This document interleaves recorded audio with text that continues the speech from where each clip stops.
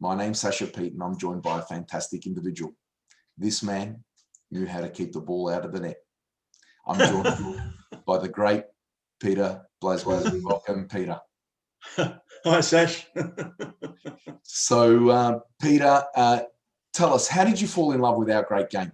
It was back in England. My uncle was a goalkeeper. He lived with me at the time with my grandparents, and I used to carry his kit bag with him or with me to each games.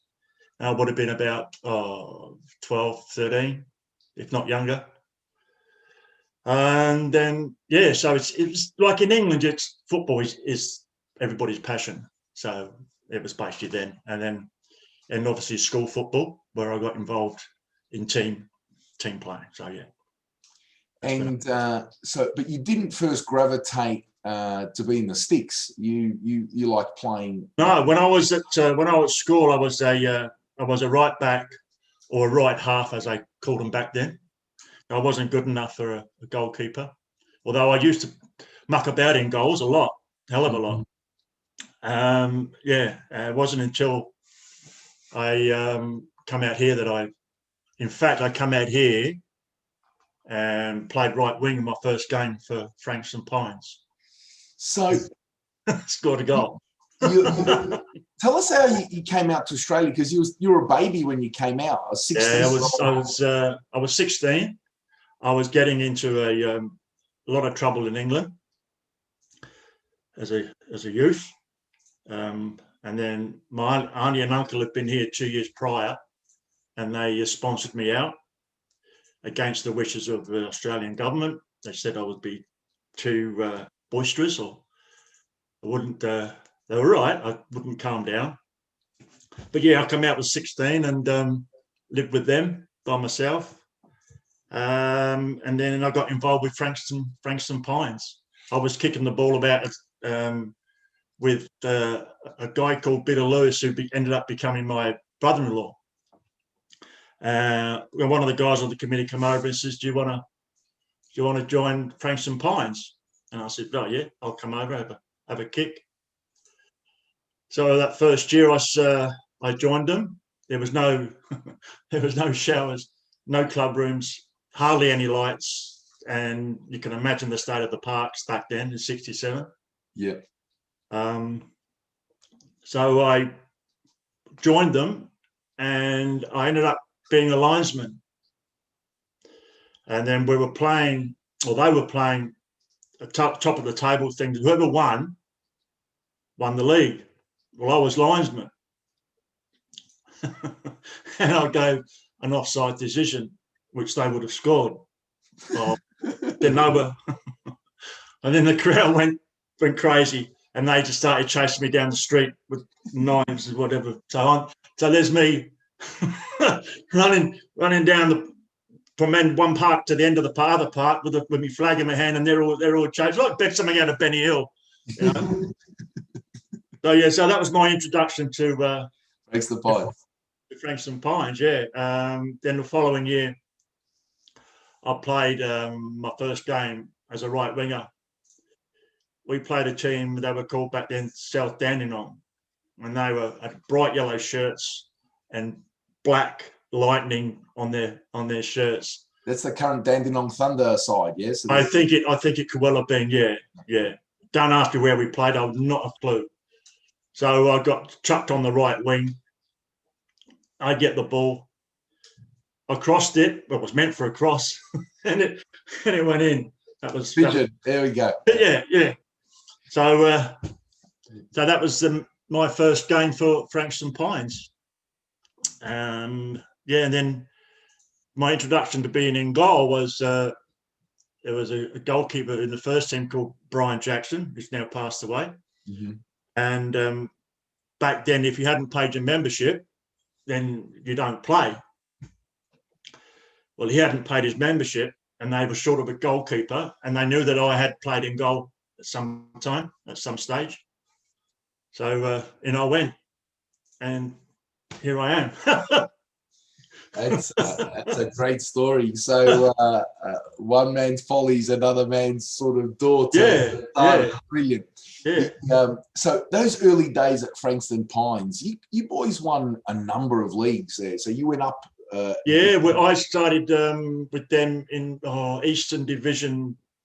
I think it was an Eastern Division. Yeah, Provisional League hadn't even come in then when I started. It was district leagues, I think, then. And we won a number of them, and then the Provisional League come in, and then enter the Dragons. The big clubs started coming in: Faulkner, Morwell. I can't think. Chaston was in it. There was a number of clubs there. So we won one or two provisional leagues as well. So, and then 1974, I was supposed to. Frankston City were chasing me. Juventus were chasing, or went up to Juventus for trials. Went up to Coa for trials, but Frankston Pines wanted too much money back then, $1,000. So I ended up staying at Pines. I think I was going to go to Frankston City for half a dozen soccer balls transfer fee, but that didn't eventuate. So yeah, great memories at Frankston Pines. I mean, it was, and I as I say, probably the best times I had there. It wasn't getting paid. It was enjoyable. It was fun. It was hardly any pressure, and we had a really successful side. So and we played practice matches against the Coa, Green Gully, South Melbourne, and they'd come down every open the season up, pre-season games. So yeah, it was good. We had some really good games. And so 1974, you end up getting transferred. I went to Albion Rovers. Yeah. So how did that story come about?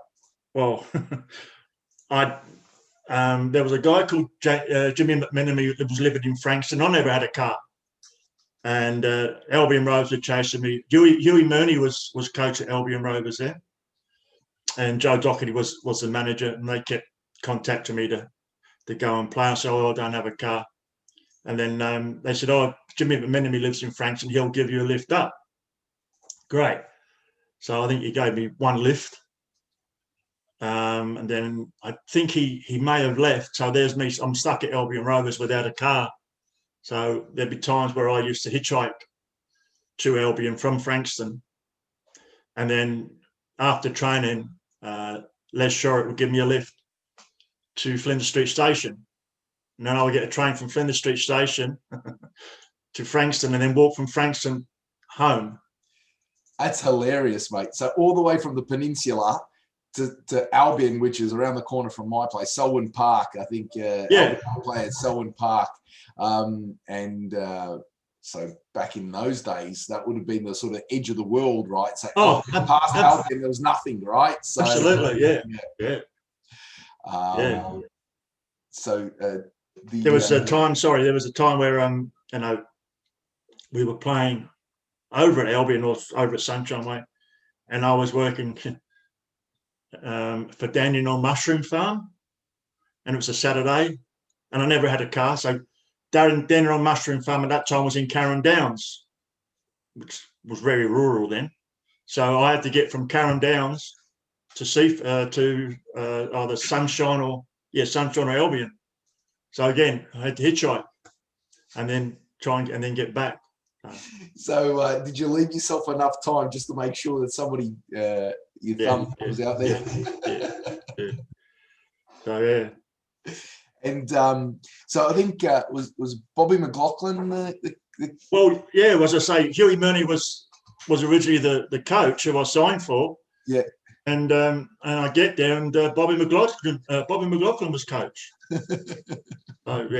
So I played most of the season. I didn't have a really good season. I think Billy McIntyre took over. Was it Billy McIntyre? I think so. I can't remember now. He took over as coach. So yeah, and then obviously that season finished. We escaped relegation. Yep. Yeah. So and then I went training with Fitzroy, a friend of mine who used to coach Pines, a guy called David Johnson. He was going up training with Fitzroy at the time. And he said, "You come with me?" I said, "Yeah, right, I'll come up." So ended up going up there and did a few trials. And we went to Sydney, I think, on trial. Played up there. And then I signed. Bill Curran was, I think, the assistant coach at Fitzroy at the time. And he made them move to come to Frankston to sign me. So he drove down or come down by train. So I met him at Frankston Station. Then we went up to Frankston Pines Albion Rovers and signed. So then I ended up signing with Fitzroy. And so you're already like a 23, 24-year-old now. Yeah. But as a 21-year-old, you had a short stint back in the UK. So yeah, I went. Tell us. I went back to the UK for a holiday, and the coach at Pines at the time, or president at the time, was a guy called David Bonner, and he said, "Who's your favourite club?" And I said, "Well, Tottenham." So I ended up going to Man United. So I had trials at Man United. Yeah. So I was there for a couple of weeks. So played 2 or 3 games there. So obviously I didn't make it, but yeah. But that was fun. That was good. Just even. Oh, absolutely. Anyone who knows, even just to be able to be nominated for a trial at a big club, you've got to be half decent. So just tell us that 2 weeks there, who were some of the boys that were taking shots at you whilst you were in goal in some of the we trained at a place called The Cliff, which you may have heard of. It's the old training ground, and they had obviously they had an indoor gym, but outside they had the big brick wall, and there's a sand pit. Well, it was Dennis Law would be taking shots, and Brian Kidd, and so they would be taking shots at me in goal. And I was part of their 5-a-side team. So yeah, so I'd be playing out on the park. So that was and I roomed with a guy called Arnold Sidebottom. He was a centre half in the reserves. He ended up playing he ended up coming over here and playing Test cricket for England. So yeah, and then I ended up going back home to Brighton and trying to get trials with Brighton, but didn't eventuate. Ended up playing with the team called Eastbourne United in the Southern League. Played there in reserves. And then, in fact, what we did then was we played there on a Saturday. Then on the Sunday, half that team would play for a pub team. So we won that league, and then we jumped up five divisions. So we won that league, and we won. That's it. That was it. Just to won that league. That was it, yeah. Yeah, great memories. And yes. So tell us how it eventuated that you end up signing for Fitzroy Alexander at the time. What transpired? Because this is just the year before the National Soccer Leagues started. Yeah, well, it's just that they wanted to sign me. They were interested in signing me because after trials and training with them. Yep. And I thought, why not? It's just try to improve myself and jump up a league. And I don't think the National League was that much in the pipeline in 76. It may have been towards the end, but when I signed, it was just state league that time. So I signed and I played. My first game was against Slavia in the reserves, and then I played another game in the reserves, and then I was down to play in the reserves for Fitzroy against Moorabah at Moorabah, Esther Park. Again, I never had a car, so I'd get the train to Caulfield. Huey Murney was the coach at Fitzroy Reserves then. So he'd pick me up at Caulfield, and then we'd go to the game. So I ended up playing half a game in the reserves, and then turn out for the first team. So that happened for about 6 games at Fitzroy.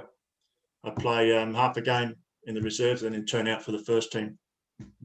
And then after that, Jack gave it away. He said, it's your spot. So that's interesting. So Jack Riley, obviously, only a few years earlier, 74, it was in the World Cup. And then 2 years later, that's amazing. So when I had trials at Ocoa, it was funny actually, because he was at Ocoa then, and I'd got up and I was playing a trial game. So Jack wanders in to the game. He said, "Well, son, I'll take over now." So he goes in goals, and I get shoved out the back. And then, as it happens, in 1976, we meet up again, and then, And so he feels confident enough that you're going to be able to be in the sticks and do a job. So that's a massive accolade for somebody of only 2 years earlier is playing against the World West. Tell us some of the other boys that played with you in that Alexandros team.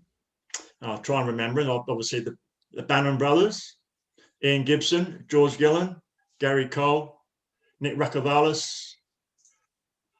I think Les Thompson may have been there then. John, I can't think of his surname. He ended up going to Preston. John Nicolaides.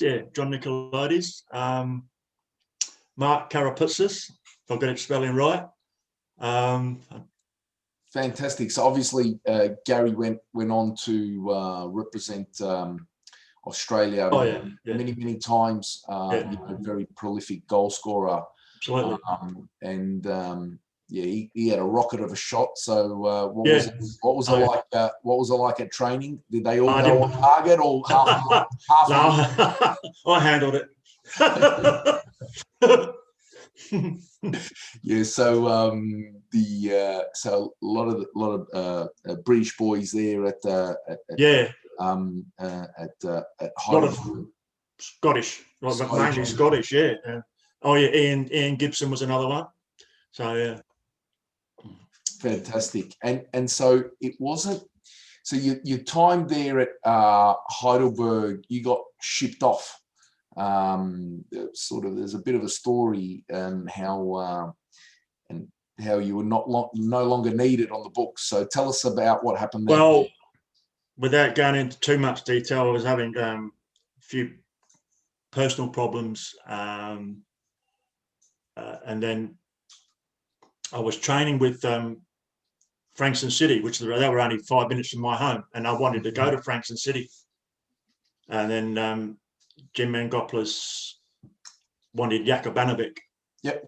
And he said, "Well, if you don't go to Melbourne, Croatia, then we'll put you out the game." So I ended up going to Melbourne, Croatia. And obviously Jakob went the other way, and I think plus $20,000 changed hands, I think. So so then I went to Melbourne, Croatia, and won everything there. So obviously you've gone now from you're playing in the Phillips National League, and you've dropped down a division. Obviously, I think Croatia were in the State League, but obviously a very sort of ambitious. There was a good squad, very good squad. 79 we won. Well, that was my first year there. We won the league. I think we won the league, State League Cup, Doherty Cup. And then 1980 we won the Doherty Cup, State League Cup, the Ampol Cup. The Ampol Cup that year, that was a great side, top side. Tell us about some of the boys that are in that squad. Well, let's start. Johnny Gardner, Stevie Short, Keith Adams, Auntie Bilaba, Joe Tront, Mickey Claren, Noel Mitten, Cole Gilder, Kenny Murphy. I'm not sure if Davey Brogan was in that one then, in the Ampol Cup final.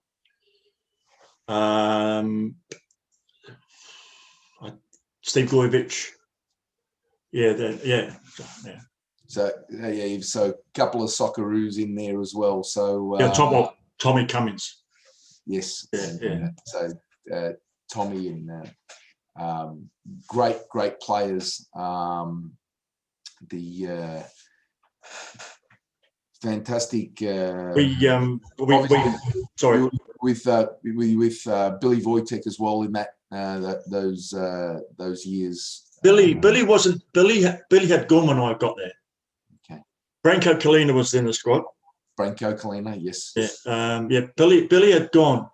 He may have been involved somewhere down the line with Melbourne Croatia. He may have gone to St Albans. I'm not sure, but he wasn't around when I was there. I remember him coming in. He used to come into the dressing rooms a fair bit after the games and so forth. But yeah, but that year was that squad was a really good squad, and we played in the semi-final of the Ampol Cup against South Melbourne, and they're full of internationals, and we only had Tommy really. And we beat them 1-0 in the semi-final. And I saved the penalty at the last minute. Yes. George Christopoulos took the penalty. Yes. So then we played Heidelberg in the final. Yes. So there's another bunch of internationals. Yes. And we went 2-0 up. And then Jamie Payton had a shot. I think I saved it. And then it rolled onto the post, and I just got it on the line. and the linesman flagged for a goal. Oh, wow. And Jamie will tell you it wasn't a goal. So I got up and I'm chased the linesman. Down Olympic Park. So it wasn't a goal. Anyway, he gave it. The referee gave it. So yeah. That was a good squad, yeah. Tell us about how did that last minute penalty save? That's obviously a big save in your life. See, I think goalkeepers behind probably the centre forward, goalkeeper is the most important spot in the team. But you don't often, people remember people who score goals, but for a goalkeeper, it's those moments that you might, win a game from those penalty saves, last minute, but they don't happen all that often. No. So how was the penalty given? Walk us through those moments. I don't know how the penalty was given, but Johnny Gardner came up and said to me, he said, go to my left, because he'll put it to his right, George. So I went, saved it, and all the Croatians then it was not long after that whistle blew, and then it got carried off and so yes. But, yeah. Tell us about how the crowd got involved back in those days. People weren't shy to sort of come and hug you. It was great. It was the atmosphere was really, really good. It was support. The Croatian support was fantastic. People, really good. And even when I went to Dandy City 2 years ago, coached there, and a lot of the old Croatians behind the scenes there, cooking and whatever they're doing beyond the bar. Blasby, blah blah blah, and they keep talking about the old days, and yes, it really got behind you. Really, really good, really good. And those sides, you won a number of titles. Tell us about. Well, to be honest, the years I was there, I'd won one. We were runners up 6-7 times. Yeah. Green Gully was their nemesis. We couldn't. Green Gully were winning all the leagues at the time. So we won the cups and everything, but we just couldn't get there across the line for all the leagues and so forth. So yeah, so we would win the State League Cup, Doherty Cup, and whatever else there was, So yeah, yes. But they won the leagues. Your time at Melbourne, Croatia, so obviously was capped off by being nominated in the Melbourne Knights, Melbourne Croatia Team of the Century, along with Mirko Kovacic also got nominated, and Danny Miller, who was also nominated. Well, I really wasn't expecting to get anywhere near that, because I thought the Croatian goalkeeper would get it. But apparently the criteria was you had to play X amount of games. Yes. And obviously they hadn't. And I'd been there 7 years, 8 years, whatever it was. So Yeah. I guess I qualified. Yeah. So I mean, obviously there was a number of other fantastic goalkeepers for Melbourne, Croatia. So we had Joey Dililica, who went on to play Champions League and spent time there, but it was only a couple of seasons. So you obviously were there for a number of seasons and doing fantastic. Well, look at you got Frank Juric. Juric, yeah. Where did he go? Mönchengladbach. Yeah. And he didn't get a call up in the team of the century. Yeah, so Frank Juric and Joey Dililica, so two fantastic goalkeepers. But I mean, you had some good times in the sticks there, keeping the balls out. So, what was your mentality when you're you're playing in front of fantastic, passionate crowds? What was your mentality there? You're the last man of defence. You can see the whole game in front of you. What are you trying to instill when you're in goals? Oh, confidence in myself, because as you know, it's a lonely place. It can be, and because who we have in front of us, we're such a good side. Mm-hmm. So you got to try and just keep 100% focus on doing what you're doing. Obviously, it didn't work all the time. Mm. I'm only human. I make mistakes, and we all did. So that was the hardest part. Is just keeping focus on what you're doing. You know, you got Johnny Garner, Stevie Short, Keith Adams, Butch Kokoska, a great defence. You know, so. There was one time there in the league we went 11 clean sheets out of 12. So you're doing something right. And I think when you've got a good keeper behind you and you play in the back four, you also become a little bit more comfortable. So it's a symbiotic relationship. Yeah, if you played in a back four and you've got a good keeper behind you, you're not going to be too worried about playing that 1 meter off your striker. So you're going to try and win the ball early. And we were doing it back then. Now they're playing out the back. Well, Johnny Garner was doing that back in the 80s. Johnny would pass to me, Stevie Short, Keith Adams out to Johnny that way, sideways, forward, back. We were doing that back then. I was playing off my goal. Out of my 18-yard box back then. Yeah. Sweep the keeper. Yes. And then you can hear the Croatians, Blasby, get back in your goal. Why for you do this? So, why for you do this? Then it's long ball, Blasby, long ball. Yes. Nice. And so obviously fantastic times there at Sydney, Croatia. Melbourne. So, you obviously did a great service for them, and you were honoured in that team of the century. Yeah. So nice accolade to have from any. Absolutely, yeah. And so you would have had some fantastic derbies with the likes of Hellas, Footscray Just, and Preston, Macedonia. So tell us what it's like, having a game against, let's say, like a Footscray Just or a South Melbourne Hellas. The atmosphere, fantastic atmosphere, and there's no motivation needed because we all know what it's all about, and if the supporters get that excited, trumpets, drums, screaming, yelling, it's fantastic. It just lifts you. And I don't think Footscray beat us at all, really. Not much. Or Preston. Hellas may have done, but But always great atmosphere, be it Middle Park, Olympic Park 2, the old dog track.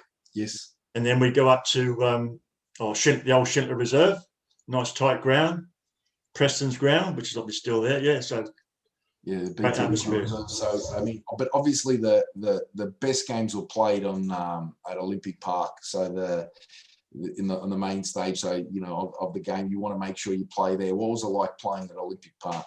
Great. I mean, prior to me going to Heidelberg, because where Heidelberg played as well, and I'd only played in mud heaps, you know, and having to play on Olympic Park is just, I guess, playing Wembley, I guess, and even Middle Park. That was a great surface. That was a great ground.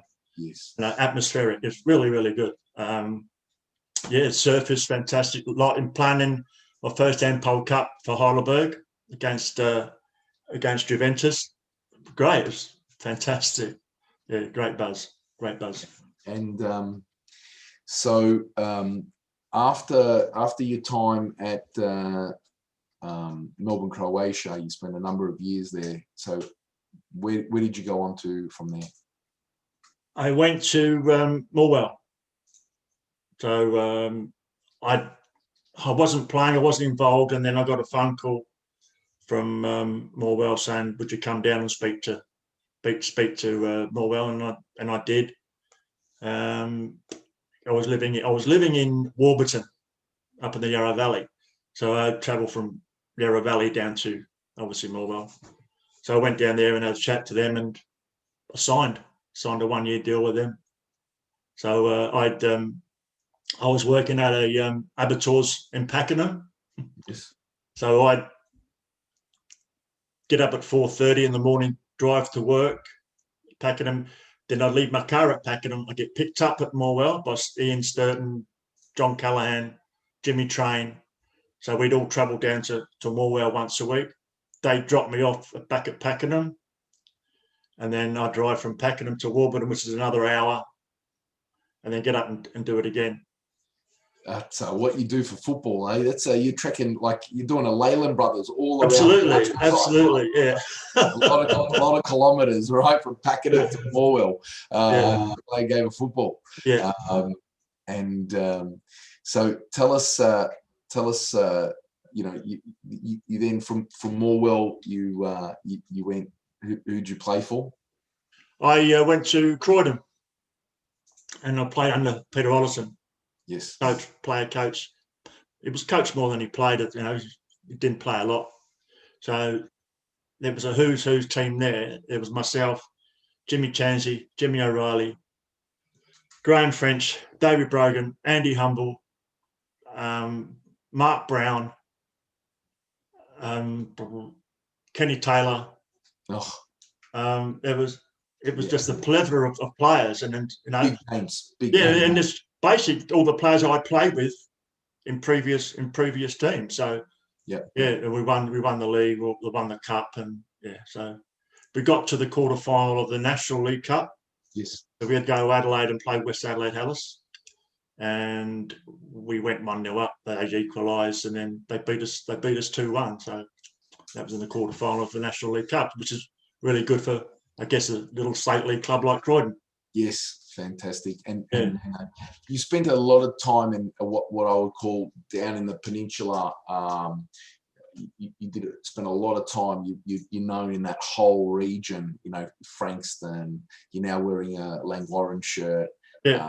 You know, Croydon. Tell us about some of the other teams. I think you were at Seaford at one stage. Well, I went to. I retired from football, obviously. What was I? 40, late 40s, early 50s, I think.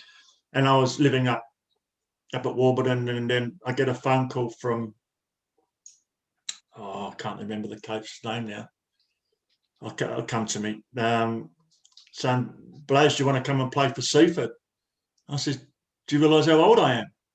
He says, "Doesn't matter, we've got a great back four." I said, "You're going to need it." So I ended up going down there and talking to them, and I said, "Look," they said, "You don't have to train." I said, I'll train. I'll try and train one night a week. But I was working painting down there at the time, so I used to go and train twice a week, and I lived in Warburton up that way. So again, more travelling, and then so I signed there for 1 year, and it only lasted.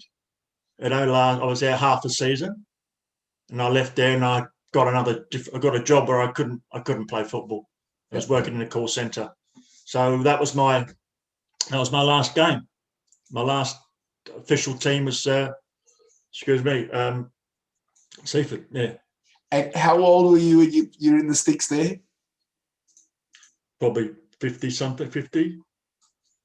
That's amazing. So But then I ended up going up to, I ended up joining Langwarrin yes, as a goalkeeping coach. And then I ended up playing, I was 59, ended up playing for their under 21s. I one game. so what were you allowed a player over age or something? Yeah, so I ended up playing one game for them for under at 59. But prior to that, I forgot to say, I had a game for Mornington. Okay. I was 58. All right. So I had one game for them, and I got them their first clean sheet, or helped get them their first clean sheet. Okay. And they went up, and then they ended up getting promoted that year. So yeah. Well, so how many weeks sore were you after the game? Oh, lots. Lots. Yeah, it's amazing what we do for 90 minutes of football, right? Oh, absolutely. Yeah. This is where the love of the game comes from, right? Yes. So the true love and passion. You've dedicated your life to football. You've now gone on to coach many goalkeepers, and you've been involved in coaching for a very long time after having a fantastic career in the sticks yourself. But it all stems from wanting to be involved in our. So it's all about that love of the game. So tell us where you're involved now. I'm involved back at Langwarrin. I'm back to one night a week. I was there last year, or the year before COVID. Yep. Where I was there and Dandenong City. So I was doing both clubs, and also I was doing one-on-ones as well. So. And you've one night a week. And you've obviously Sorry, coached many goalkeepers in the region. Tell us some of the keepers that you've helped along the way. I was involved with Michael Theo, Lewisevsky, Ryan Scott, who's now at Western United. I've got another young boy who's at the moment in the train-on squad at Melbourne City. Think at the moment, yeah, I think that's it. I think at the moment, yeah. Fantastic. So obviously, many keepers who want to perfect their it's a specialised position. You obviously need specialised training, and you've helped a lot of boys go on and get the best out of their game. A couple have gone on to play at the higher levels, which is fantastic. But tell us about what is your ethos in coaching one-on-one goalkeepers? What are you trying to do? Well, the reason I prefer doing one-on-ones is that I have done collectively together goalkeepers, but I just don't. I feel that they don't get enough service, personal service. You have 10, 20 keepers, and it's hard by yourself because they're down the other end, and you ask them to do something, and they go and stand talking to their mate. And I don't think they get that personal touch, and I think it's harder for them to learn in a group than it is in a one-on-one. So that's why I prefer to do one-on-ones, yeah, which I'm going to do this afternoon at 12:30. So yeah.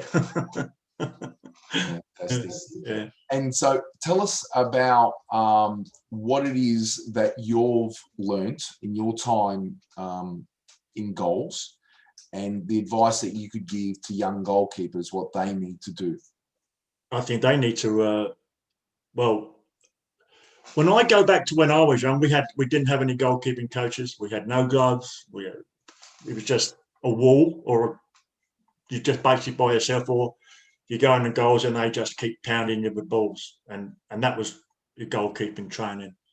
But now that there's a lot of these coaches now out there, goalkeeping coaches and academies, I think if they can get themselves into a one-on-one coach first, and then maybe progress to another, maybe go up to maybe 3 or 4 groups of 3 and 4, but don't go into anything bigger. I don't think so anyway. But listen to your coaches, goalkeeping coaches, your team coaches, even your players outside, field players, and then work hard. If you don't work hard, it ain't going to happen. And I find a lot of young boys have trouble catching the ball, which is really strange. And they have a lot of kids have trouble, believe it or not, learning how to run. They can't run. They have trouble running. They don't run on the park because they're in goal all the time, and they don't train with their outfield players. So they're just stuck in goal. And I think they need to do a whole play out, learn how to head a ball, learn how to kick a ball. A lot of kids don't learn how to kick a ball. So you've got to teach them how to kick a ball, teach them how to run before you can teach them how to be in goal. So.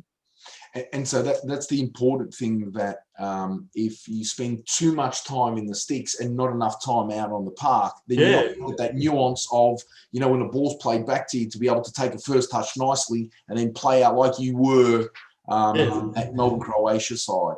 Yeah. So it does help. I mean, for those keepers to play in five-a-side games, go and play as much out on the park as you can. And a lot of these coaches pigeonhole these young boys, and they stick him in goal, and they're winning these games, 10-0, 13-0, and he's been in goal all day doing nothing. Let him out. Change him with it, rotate them. Let him go and have a kick, enjoy the game. He's not enjoying it sitting there watching the other team score 14 goals. Yeah. Put him up front. Get the absolutely. And the parents are paying, as you know, a lot of money for their child to be in a game, but they're not watching their child. They're watching the other goalkeeper because they're smashing 11 goals, 10 goals past him. Yeah. I reckon they should rotate them. Rotate the young boys. Yeah. Learn all positions. And the other thing, what about in terms of a mentality? What is it that you look for in a young goalkeeper that that their mentality is going to take him to that next level? What is it, the likes of like a Luasevsky or a Michael Theoklatos, that you just know, okay, there's something in this person, but it's not just the talent in their feet or hands. What's going on behind the scenes that they're telling you when they're talking one-on-one, that okay, this keeper's going to go to that next level? The desire, how far do they want to go? Yes. Do they want it? They'll let you know, and you can tell when they're training that they want it. You can get a lethargic, you just plod. But when you're doing a drill, then they're working hard, and their attitude, they've got to have a good attitude. Because if you don't have a good attitude, you're not going to go nowhere. I don't think, anyway. You won't survive. Yeah. Great advice for young keepers who would be watching this, or people who are involved. That you've got a young boy or girl. This man has achieved the heights of being known as a great keeper. So it's important to do that in our young players. Yeah. So tell us about. We'll sort of rewind. Tell us about. Who would be your greatest teammate? You've played with a lot of boys. Who would you say that if you had to single out, maybe I'll give you 3, right? So who are the 3 greatest teammates that you played in your time? And they can be mates. It's not necessarily about how good they were as a player. Off the park. Off the park, 3 blokes that you really, really enjoyed your time with. Keith Adams. Yes. Keith Adams. Because I did spend a bit of time off the park with Torquay. Yes.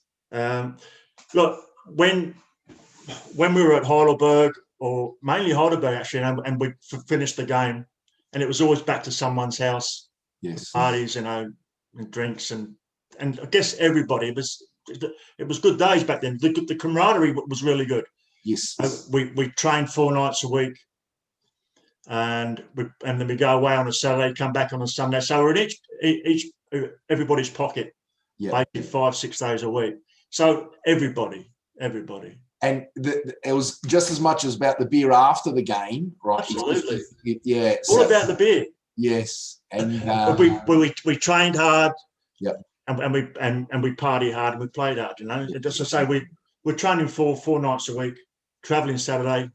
Back in the first year of National League, we trained Tuesday, Wednesday, Thursday, Friday.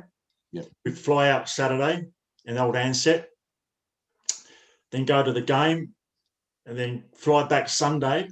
We get back to Melbourne Airport Sunday night, midnight.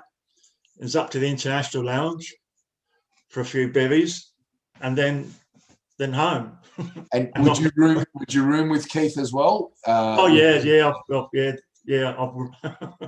Yes, I've roomed with Keith. And, some of the boys. Who are the strikers that you thought, oh no, okay, this is a one-on-one, right? He's gonna, this is a one-on-one. Maybe the ball's in the middle of the two of you. Okay, I'm going out. I'm gonna go collect it. Okay, but I know this guy's gonna probably Gary Ward. Gary Ward. Okay, who else? Impressive. Who else? You thought, okay, I don't like this one-on-one. Oh, Ollie could have been Ollie was a bit nasty. Okay. Peter Ollerton. Gary Ward. Who else was there? Paul Lewis. Who? Paul Lewis. Oh yeah. Mick McGorrian. Sean Lane. Yes. Joe Sweeney. Yes. So yeah. Milosh's dad.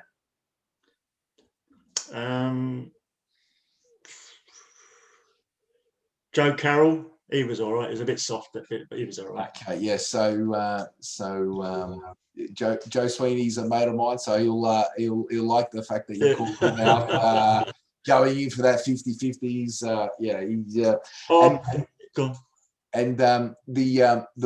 The teammates that you played with, especially those boys who played in front of you, that made sure that it was a little bit easier to keep a clean sheet. Oh, Auntie the voice that helped you out most.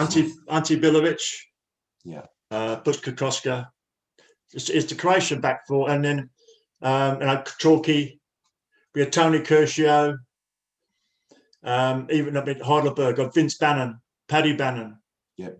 John Taylor, Nick Rakavalis, Michael Glukonimus. Yes. Yeah, they were great solid boys. Absolutely. Jimmy O'Reilly. Yes. Arthur McMillan. Eats nails, he's crazy. Good defenders. And who would you say would be the most talented player, teammate that you had, the player with the most creativity or the most flair in your side that you played with? The best ball player? I'd probably say Jim McLean. Just vision. And he's so relaxed on the ball, and it made everything look so easy. Mm-hmm. I mean, I played with a lot of good players, but I just think Jim sort of just stood out a tad, Yes. Yeah. Good player. Good player. Fantastic. And so you played many, many years, like I said, all the way up to, almost headbutting 60. That's a crazy feat, playing in the under 21s. Fantastic stories of wanting to play and having to hitchhike to the game. So Peter Blasby, who would forget that photo of you saving, diving really nicely to save that ball in Melbourne, Croatia, and making that 10-6. I'll tell you something, Sash. It wasn't a save. Oh, okay, did it go in? It was against Frankston Pines in the Dockhead Cup. Okay. That was their first goal. They were winning 1-0. You looked good in the air, though. I know. Les Shorrock took the photo, and he ended up winning the Photo of the Year award for that. Yes. And his prize was a trip to the World Cup in New Zealand, qualifiers with Australia and New Zealand. And all I got was a copy of the photo.